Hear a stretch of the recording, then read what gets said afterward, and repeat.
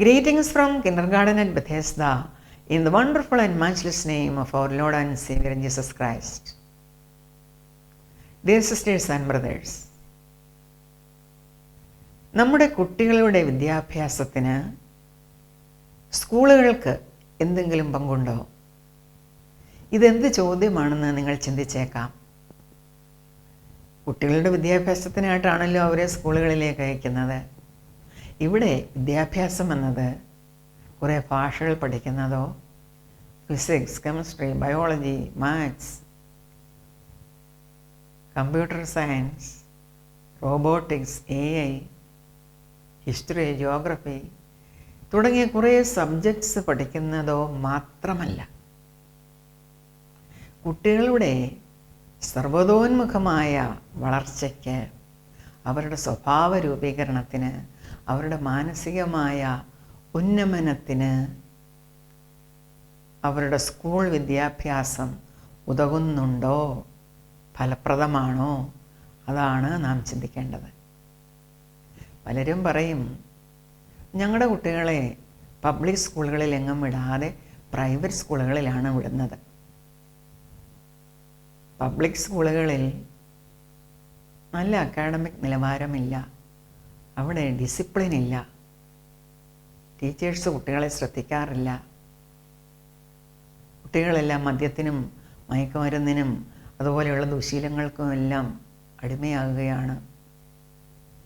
ഇതെല്ലാം അവർ പറയുമ്പോൾ പ്രൈവറ്റ് സ്കൂളിലെ കുട്ടികൾ എന്താണ് ചെയ്യുന്നത് എന്ന് മറന്നു പോകുന്നു. തങ്ങളുടെ കുട്ടികൾ വീട്ടിൽ നിന്ന് ഇറങ്ങുമ്പോൾ അവരുടെ ബാഗിൽ വേറെ ഡ്രസ്സുകളുണ്ടോ?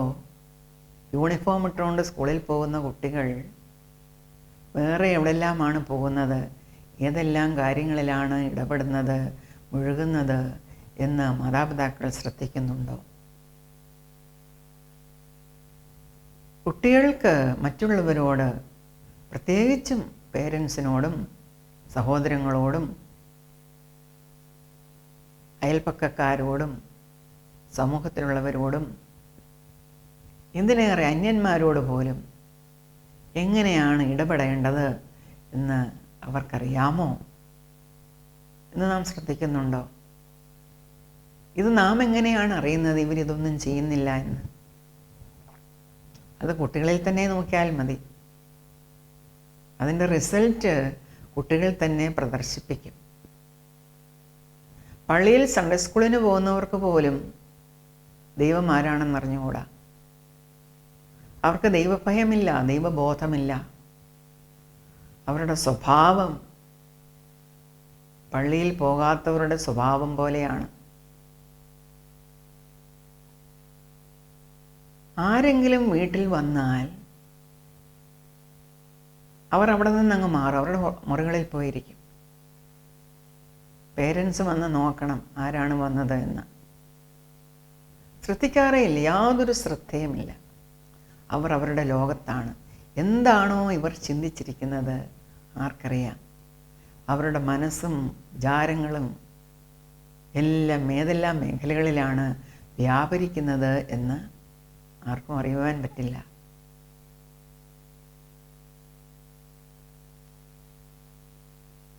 പ്രിയ സഹോദരങ്ങളെ, യഥാർത്ഥമായുള്ള വിദ്യാഭ്യാസം എന്നത് ജ്ഞാനം സമ്പാദിക്കുക എന്നതാണ്. ഈ ജ്ഞാനം എന്ന വാക്കിൽ സകലതും അടങ്ങിയിരിക്കുന്നു. ഇംഗ്ലീഷിൽ ഇതിന് വിസ്ഡം എന്നാണ് പറയുന്നത്. വിസ്ഡം പ്രാപിക്കുവാൻ നാം ഉത്സാഹിക്കുക. അതാണ് കുട്ടികളോട് നാം പറയേണ്ടത്. അവർക്ക് വേണ്ടത് ജ്ഞാനമാണ്. ഈ ജ്ഞാനം അതൊരു അംബ്രല്ല ടേമാണ്. അതിൽ എല്ലാ നല്ലതായ അറിവുകളും ഉൾപ്പെടുന്നു.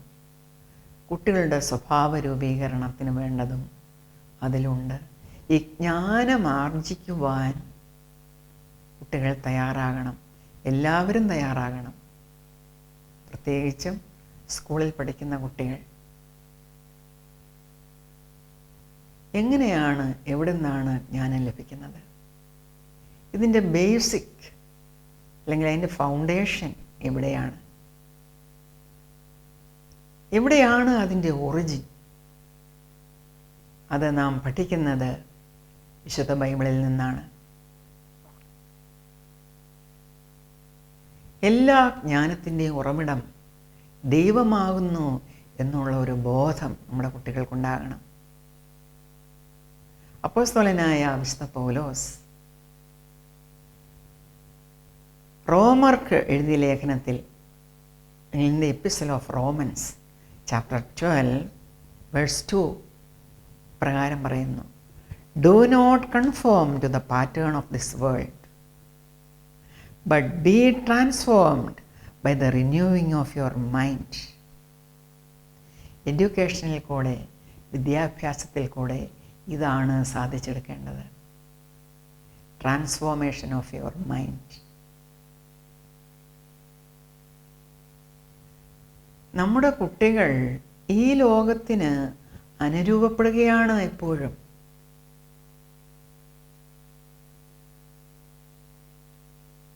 ഈ ലോകത്തിൽ അവർ കാണുന്നത്, കേൾക്കുന്നത്, മീഡിയയിൽ കൂടെ കാണുന്നത്, പരസ്യത്തിൽ കൂടെ കാണുന്നത് എല്ലാം അവരങ്ങ് അനുകരിക്കുകയാണ്. അതിനോട് അനുരൂപപ്പെടുവാൻ അവരുടെ കെട്ടിലും മട്ടിലും വേഷത്തിലും എല്ലാം അതിനോട് അനുരൂപപ്പെടുവാൻ അവർ ശ്രമിക്കുകയാണ്. ഇത് അവരെ കൊണ്ടുചെന്ന് എത്തിക്കുന്നത് എവിടെയാണെന്ന് അവർ ചിന്തിക്കുന്നില്ല. നമുക്ക് പഠിക്കാം എന്താണ് എഡ്യൂക്കേഷൻ്റെ അല്ലെങ്കിൽ ജ്ഞാനം സമ്പാദിക്കുന്നതിൻ്റെ ബേസിക് പ്രിൻസിപ്പിൾസ് എന്ന്. First principle, wisdom begins with God. ദൈവത്തിൽ നിന്നാണ് ജ്ഞാനം ഉത്ഭവിക്കുന്നത്. അല്ല, ദൈവം തന്നെയാണ് ജ്ഞാനം. നമ്മെ ഓരോരുത്തരെയും സർവത്തെയും സൃഷ്ടിച്ചവൻ ദൈവമാണ്. അതിനാൽ ആ ദൈവത്തെ നാം അറിയണം പ്രാരംഭമായി. സദൃശ്യവാക്യങ്ങൾ 9:10 വിശുദ്ധ ബൈബിൾ പറയുന്നു, ദൈവഭക്തി ജ്ഞാനത്തിൻ്റെ ആരംഭവും പരിശുദ്ധനെക്കുറിച്ചുള്ള പരിജ്ഞാനം വിവേകവും ആകുന്നു. The fear of the Lord is the beginning of wisdom, and knowledge of the Holy One is understanding. Knowledge of the Holy One, അതാണ് വിവേകം. That is understanding. Second principle, all knowledge is related to Jesus Christ. എല്ലാ അറിവുകളും യേശുക്രിസ്തുവുമായി ബന്ധപ്പെട്ടിരിക്കുന്നു. പലരും പറയും, യേശുക്രിസ്തുവാണ് എൻ്റെ ജീവിതത്തിൻ്റെ ആധാരം, അത് എൻ്റെ പേഴ്സണൽ കാര്യമാണ് എന്ന്. പക്ഷേ അവർ പറയുന്നത് യേശുക്രിസ്തു ആരാണ് എന്നറിയാത്തത് കൊണ്ടാണ്. ജീവിതത്തിൻ്റെ എല്ലാ മേഖലകളിലും എല്ലാ തലങ്ങളിലും യേശുവാണ് കർത്താവ്. എല്ലാ അറിവുകളും അവനിലാണ് ക്രോഡീകരിച്ചിരിക്കുന്നത്. Jesus is the unifying centre of all knowledge. യേശുക്രിസ്തുവിനെ പരാമർശിക്കാതെ ഏത് തരം അറിവുകളാണ് സ്കൂളിൽ കുട്ടികൾ പഠിക്കുവാൻ ശ്രമിക്കുന്നത്? യേശുക്രിസ്തു മാത്രമാണ് യഥാവാൻ. ഈ യേശു എന്ന യാഥാർത്ഥ്യമാണ് ഏതു പഠിതാവിൻ്റെയും ഫോക്കസ് ആകേണ്ടത്. അവനിൽ ശ്രദ്ധ കേന്ദ്രീകരിക്കാത്തവൻ ഒന്നും പഠിക്കുന്നില്ല. ബൈബിളിൽ കൊലോസ്യ ലേഖനം 1-ാം അധ്യായം 16-17 പ്രകാരം പറയുന്നു, സിംഹാസനങ്ങളാകട്ടെ, കർത്തൃത്വങ്ങളാകട്ടെ, വാഴ്ചകൾ ആകട്ടെ, അധികാരങ്ങളാകട്ടെ, സകലവും അവൻ മുഖാന്തരം സൃഷ്ടിക്കപ്പെട്ടു. അവൻ മുഖാന്തരവും അവനായിട്ടും സകലവും സൃഷ്ടിക്കപ്പെട്ടിരിക്കുന്നു. അവൻ സർവത്തിനും മുമ്പേയുള്ളവൻ, അവൻ സകലത്തിനും ആധാരമായിരിക്കുന്നു എന്ന് യേശുക്രിസ്തുവിനെ കുറിച്ച് പറയുന്നു. For By Jesus Christ, all things were created, things in heaven and on earth, visible and invisible, whether thrones or powers or rulers or authorities. All things were created by him and for him. He is before all things, and in him all things hold together. അതുപോലെ Colossians chapter 2 verses 3 and 8 ഇപ്രകാരം പറയുന്നു: യേശു ക്രിസ്തുവിൽ ജ്ഞാനത്തിൻ്റെയും പരിജ്ഞാനത്തിൻ്റെയും നിക്ഷേപങ്ങളൊക്കെയും ഗുപ്തമായിട്ടിരിക്കുന്നു.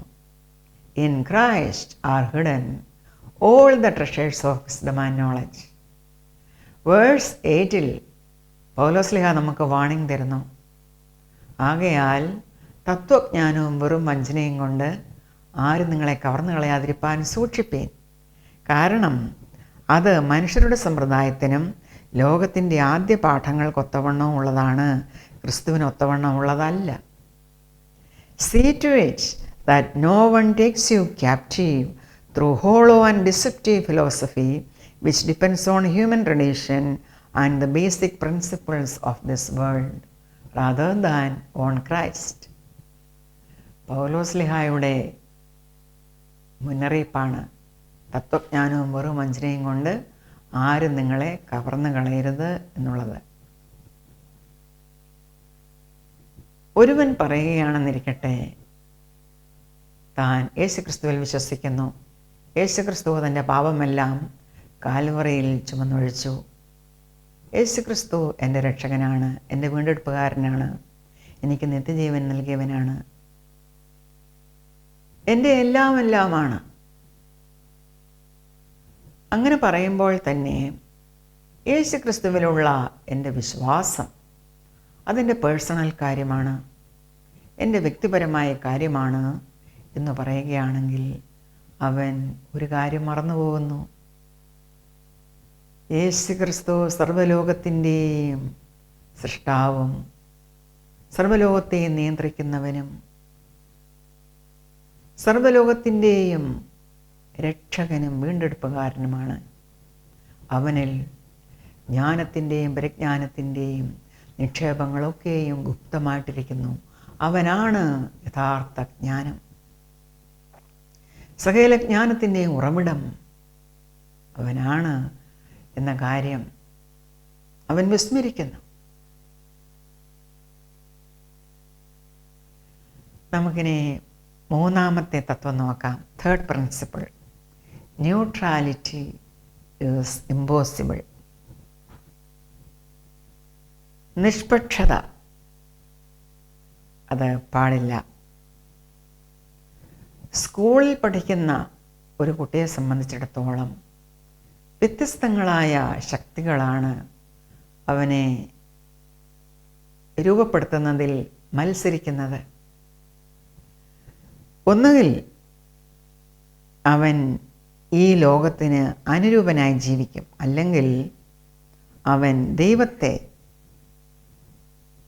അവൻ്റെ സ്വഭാവ രൂപീകരണത്തിനായി, അവൻ്റെ മനസ്സിൻ്റെ രൂപാന്തരത്തിനായി അവൻ അന്വേഷിക്കും. അതിനിടയ്ക്ക് ഒരു സ്ഥാനം അസാധ്യമാണ്. അവൻ നന്മയുടെ പക്ഷം പിടിച്ചിരിക്കും. നിഷ്പക്ഷനാകാൻ അവന് സാധ്യമല്ല. ഇന്ന് നാം കാണുന്നത് ഈ ലോകത്തിൽ എല്ലാവരും രണ്ട് വള്ളത്തിൽ കാലൂന്നി സഞ്ചരിക്കുന്നവരാണ്. അവരെയും പ്രസാദിപ്പിക്കണം, ഇവരെയും പ്രസാദിപ്പിക്കണം. അവരുടേതായ ഒരു സ്റ്റാൻഡ് അവർക്കില്ല. നന്മയുടെ പക്ഷത്ത് അവർ നിൽക്കില്ല. അവർക്ക് തിന്മയുടെ പക്ഷത്ത് നിന്നാൽ പല കാര്യങ്ങൾ സാധിച്ചെടുക്കുവാൻ പറ്റും. മറ്റുള്ളവർ തന്നെപ്പറ്റി എന്ത് ചിന്തിക്കും അവരുടെ കൂടെ നിന്നില്ല എങ്കിൽ? ഇതാണ് അവരുടെ ചിന്താഗതി.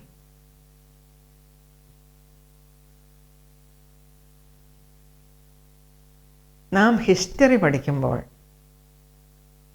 ഈ ചരിത്രത്തിൻ്റെ കർത്താവിനെ വിസ്മരിച്ചുകൊണ്ട് എന്ത് ഹിസ്റ്ററിയാണ് നാം പഠിക്കുവാൻ പോകുന്നത്? ഏത് ഹിസ്റ്ററിയാണ് ഈ ചരിത്രത്തിൻ്റെ കർത്താവിനെ വിസ്മരിച്ചുകൊണ്ട് മുന്നോട്ട് വയ്ക്കുന്നത്?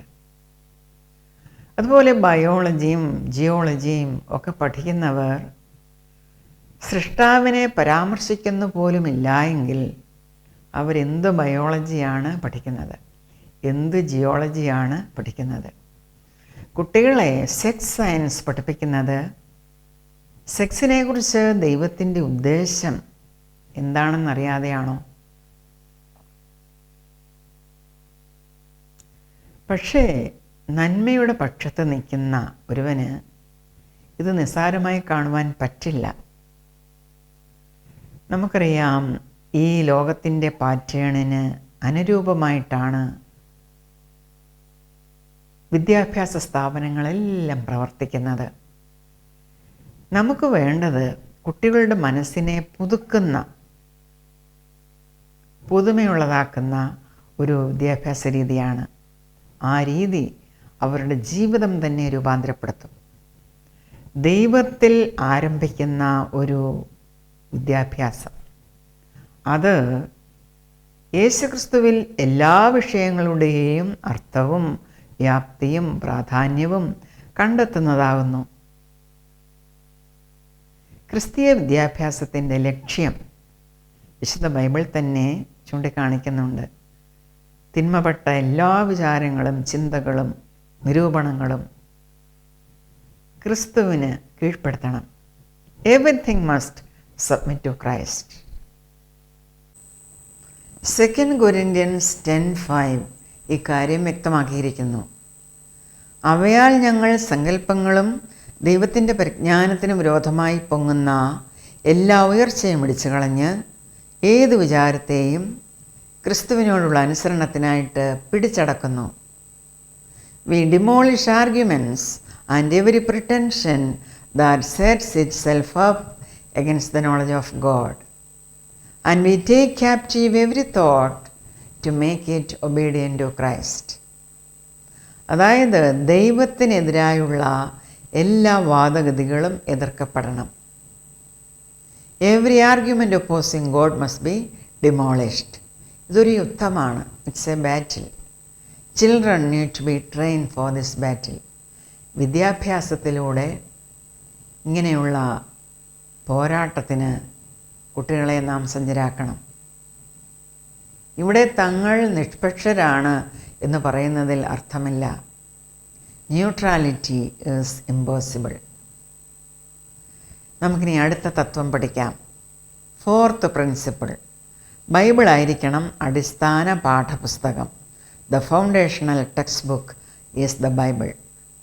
എല്ലാ പുസ്തകങ്ങൾക്കും മേലെ നിൽക്കുന്ന മഹത്വമേറിയ ഒരു പുസ്തകമുണ്ടെങ്കിൽ അത് ബൈബിൾ മാത്രമാകുന്നു. ഈ പുസ്തകം വെച്ചാണ് മറ്റെല്ലാ പുസ്തകങ്ങളെയും വിധിക്കേണ്ടത്. വിശുദ്ധ ബൈബിളിലെ സഭാപ്രസംഗി എന്ന പുസ്തകം, അതായത് എക്ലീഷ്യാസ്റ്റസ്, അതിൻ്റെ 12-ാം അധ്യായം 11ഉം 12ഉം വാക്യങ്ങളിൽ പറയുന്നു, ജ്ഞാനികളുടെ വചനങ്ങൾ മുടിങ്കോൽ പോലെയും തറച്ചിരിക്കുന്ന ആണികൾ പോലെയുമാകുന്നു. അത് ദൈവത്താൽ തന്നെ നൽകപ്പെട്ടിരിക്കുന്നു. The words of the wise are like gods, their collected sayings like firmly embedded nails given by God. എന്നാൽ എൻ്റെ മകനെ പ്രബോധനം കൈക്കൊള്ളുക. സഭാപ്രസംഗി പറയുകയാണ്, പ്രബോധനം കൈക്കൊള്ളുക.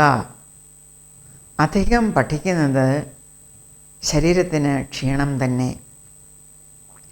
Be warned, my son, of anything in addition to them. Of making many books there is no end, and much study wearies the body. ഇതെത്ര സത്യമാണ്. ഇന്ന് നാം കാണുന്നതും അനുഭവിക്കുന്നതും വിവരങ്ങളുടെ ഒരു തള്ളിക്കയറ്റമാണ്, ഒരു പെരുമഴയാണ്. We are drowning in a sea of information and data, and still not discover what really matters. സത്യമായതെന്ത്, ഘനമായതെന്ത്, യഥാർത്ഥത്തിൽ വസ്തുനിഷ്ഠമായത് എന്ത്, കാര്യമായി എടുക്കേണ്ടത് എന്ത് എന്ന് ഒരു വിവരവുമില്ല. അതാരും കണ്ടുപിടിക്കുന്നില്ല. 40-ൽ പരം ആളുകൾ 1500 വർഷങ്ങൾ കൊണ്ട് എഴുതിയ പുസ്തകമാണ് വിശുദ്ധ ബൈബിൾ. പരസ്പരം കാണാത്ത ആളുകൾ. BC 1400-ൽ തുടങ്ങി AD 90-95 വർഷങ്ങളിലാണ് ആ എഴുത്ത് അവസാനിച്ചത്. അവർ എഴുതിയതെല്ലാം കൂടെ ചേർത്ത് വെച്ചപ്പോൾ ഒരു വ്യക്തി എഴുതിയതുപോലെയാണ് ഇത് കാണപ്പെടുന്നത്. ഇതിൻ്റെ പിന്നിലെ പ്രേരക ശക്തി ദൈവമായിരുന്നു, ദൈവത്തിൻ്റെ പരിശുദ്ധാത്മാവായിരുന്നു. ബൈബിൾ വചനങ്ങൾ സത്പ്രവർത്തികൾക്ക് ഒരു ചാലകശക്തി നൽകുന്നു. ഓരോ വചനങ്ങളും നല്ലതുപോലെ ഉറപ്പിച്ചു വച്ചിരിക്കുന്ന ആണി പോലെയാണ്. അതിന്മേൽ ബാക്കിയുള്ള എല്ലാ അറിവുകളും നമുക്ക് തൂക്കിയിടുവാനാകും. അതായത് it is the foundational text book.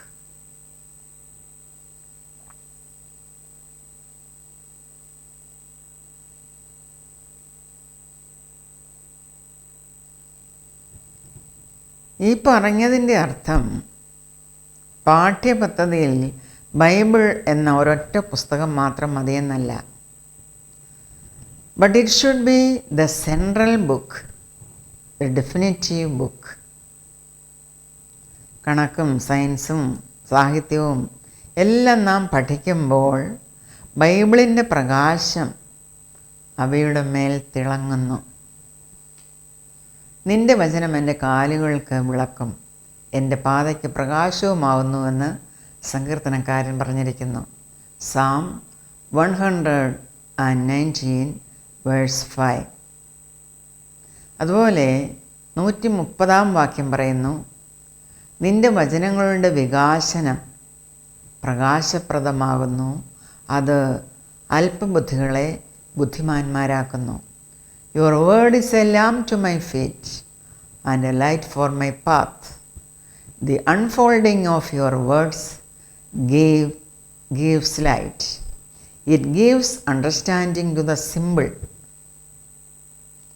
ഇത് അല്പബുദ്ധികളെ ബുദ്ധിമാന്മാരാക്കുന്നതാണ്. It gives understanding to the simple. The Bible is the foundation of a solid curriculum. നമുക്കിനി 5-ാമത്തെ പ്രിൻസിപ്പിൾ നോക്കാം. Principle number 5. മാതാപിതാക്കളാണ് ഉത്തരവാദികൾ. Parents are responsible.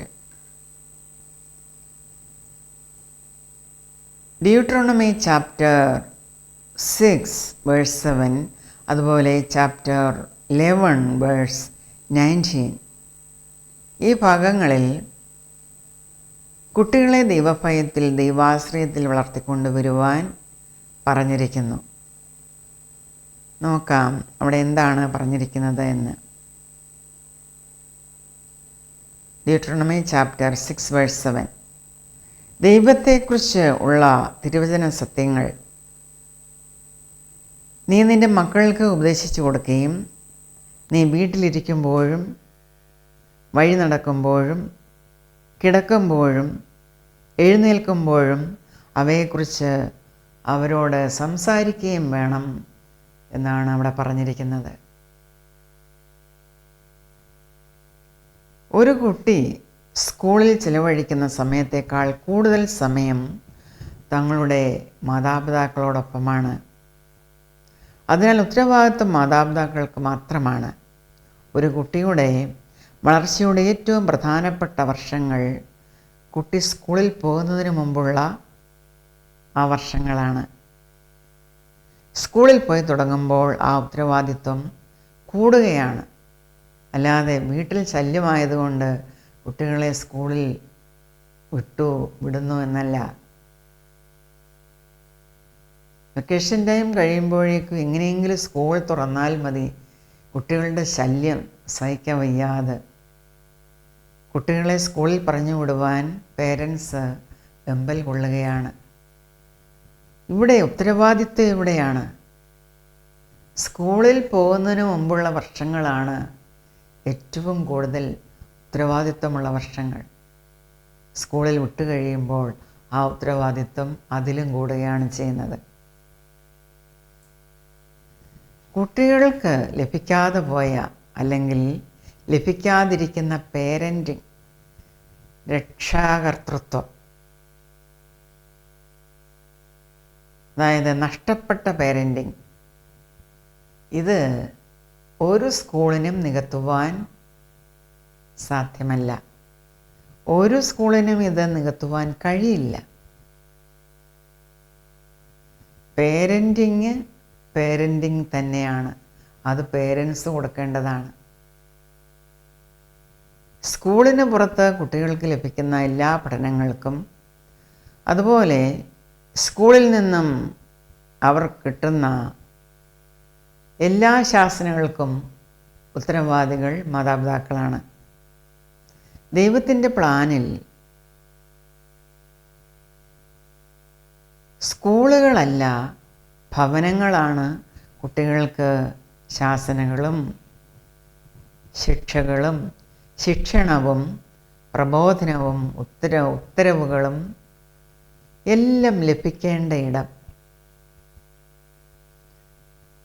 കുട്ടികളെ ഏതെങ്കിലും കുറ്റത്തിന് പോലീസ് സ്റ്റേഷനിൽ പിടിച്ചുകൊണ്ട് പോയി അവിടുന്ന് കിട്ടുന്ന ശകാരമോ അടിയോ ശിക്ഷയോ ഒന്നുമല്ല ഉത്തമമായിട്ടുള്ളത്.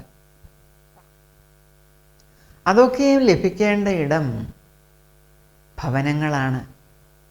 അവർക്കവിടെ കിട്ടേണ്ടത് ശാസനകൾ, ശിക്ഷണങ്ങൾ, ഡിസിപ്ലിൻ, മാതാപിതാക്കളുടെ ആജ്ഞകൾ, ഉത്തരവുകൾ, ഉപദേശങ്ങൾ, സാന്ത്വനങ്ങൾ, അഭിനന്ദനങ്ങൾ, ഇതെല്ലാം കിട്ടേണ്ട ഇടം അവരവരുടെ ഭവനങ്ങളാണ്. അത് കൊടുക്കേണ്ടത് മാതാപിതാക്കളും.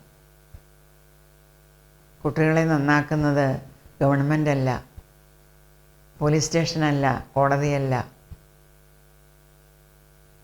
അതൊന്നും ആയിരിക്കരുത് കുട്ടികളെ അവരുടെ സ്വഭാവം രൂപീകരിക്കേണ്ട ഇടങ്ങൾ. ആ സ്ഥലങ്ങളായിരിക്കരുത് കുട്ടികളുടെ മാനസികമായ വളർച്ചയുടെ ഇടങ്ങൾ. അത് സ്വന്തം ഭവനങ്ങളായിരിക്കണം. അതിൻ്റെ ഉത്തരവാദികൾ മാതാപിതാക്കളായിരിക്കണം.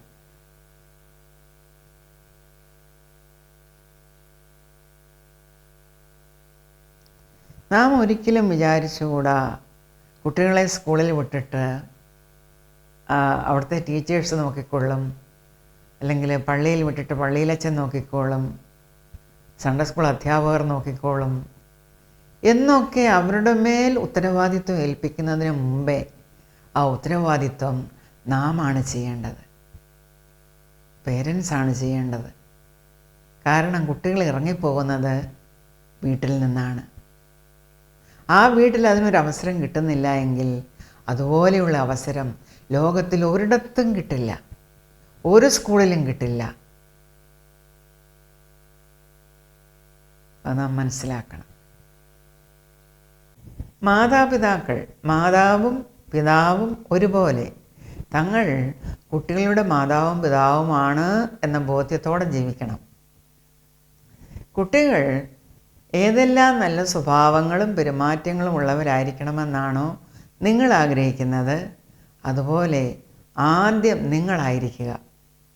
നിങ്ങൾ നല്ല സ്വഭാവങ്ങൾക്കും പെരുമാറ്റങ്ങൾക്കും ഉടമകളായിരിക്കുക. നിങ്ങളുടെ ജോലിയോ സ്ഥലം മാറ്റമോ രോഗമോ പ്രതിസന്ധികളായി കണ്ട് പേരൻസ് എന്ന ഉത്തരവാദിത്വത്തിൽ നിന്ന് ഓടി ഒളിക്കാതിരിക്കുക. പ്രതിസന്ധികൾ പരിഹരിക്കുവാൻ സ്വയം ശ്രമിക്കുക, അല്ലെങ്കിൽ മറ്റുള്ളവരുടെ സഹായം തേടുക.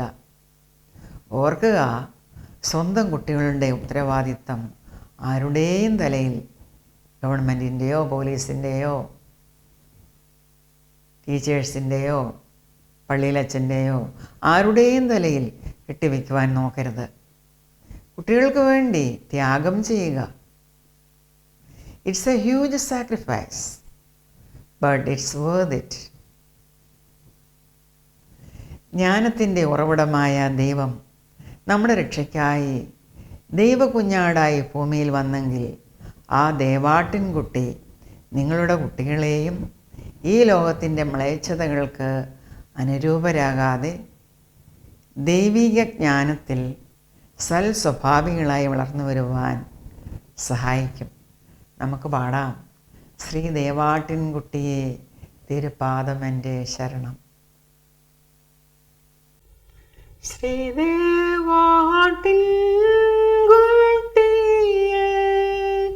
തിരുപാദമെൻ്റെ ശരണം. ശ്രീദേവാട്ടിൻകുട്ടിയെ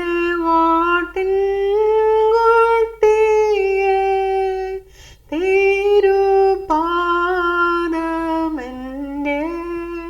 ശരണം.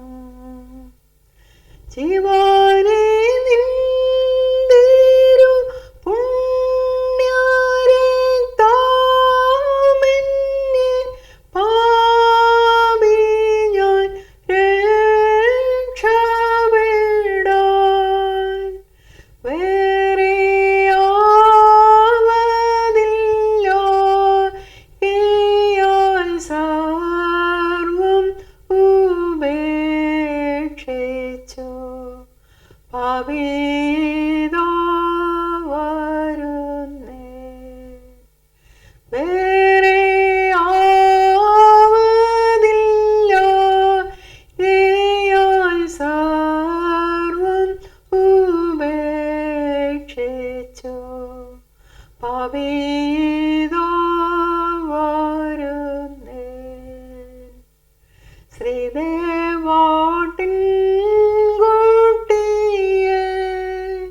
തിരുപാദമെൻ്റെ ശരണം. തിരുപാദമെൻ്റെ ശരണം. ഭാരം ചുമക്കുന്ന പാപികളെ ഭവാൻ ചാരത്തു വന്നിടുവാൻ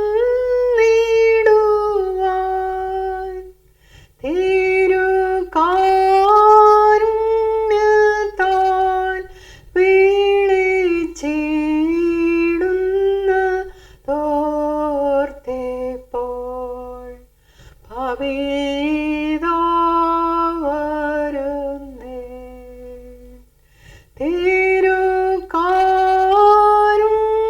തിരുകാരുണ്യത്താൽ വിളിച്ചിടുന്ന തോർത്തേപ്പോൾ പാപിതാ വരുന്നേ. ശ്രീദേവാട്ടിൻകുട്ടിയെ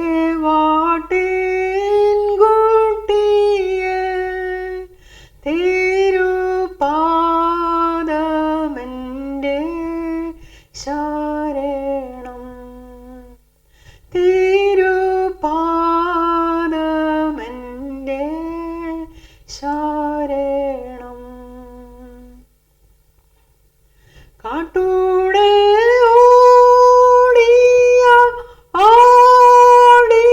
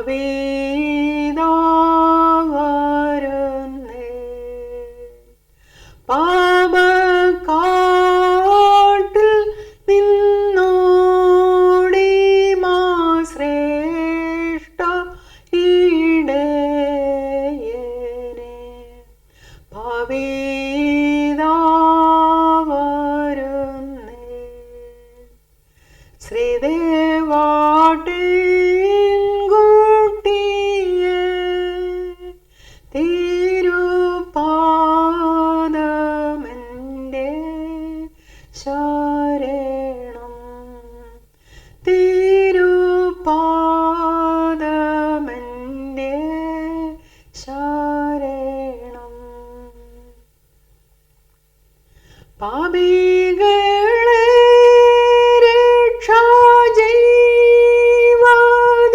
രക്ഷാജീവാദിനായി ശാപമൃത്യു സഹിച്ച ദിവ്യസ്നേഹ കാരുണ്യത്തെ ചിന്തിച്ചു ധൈര്യമായി ഭവിതാ വരുന്നേ. ദിവ്യസ്നേഹ കാരുണ്യത്തെ ചിന്തിച്ചു ധൈര്യമായി ഭവിതാ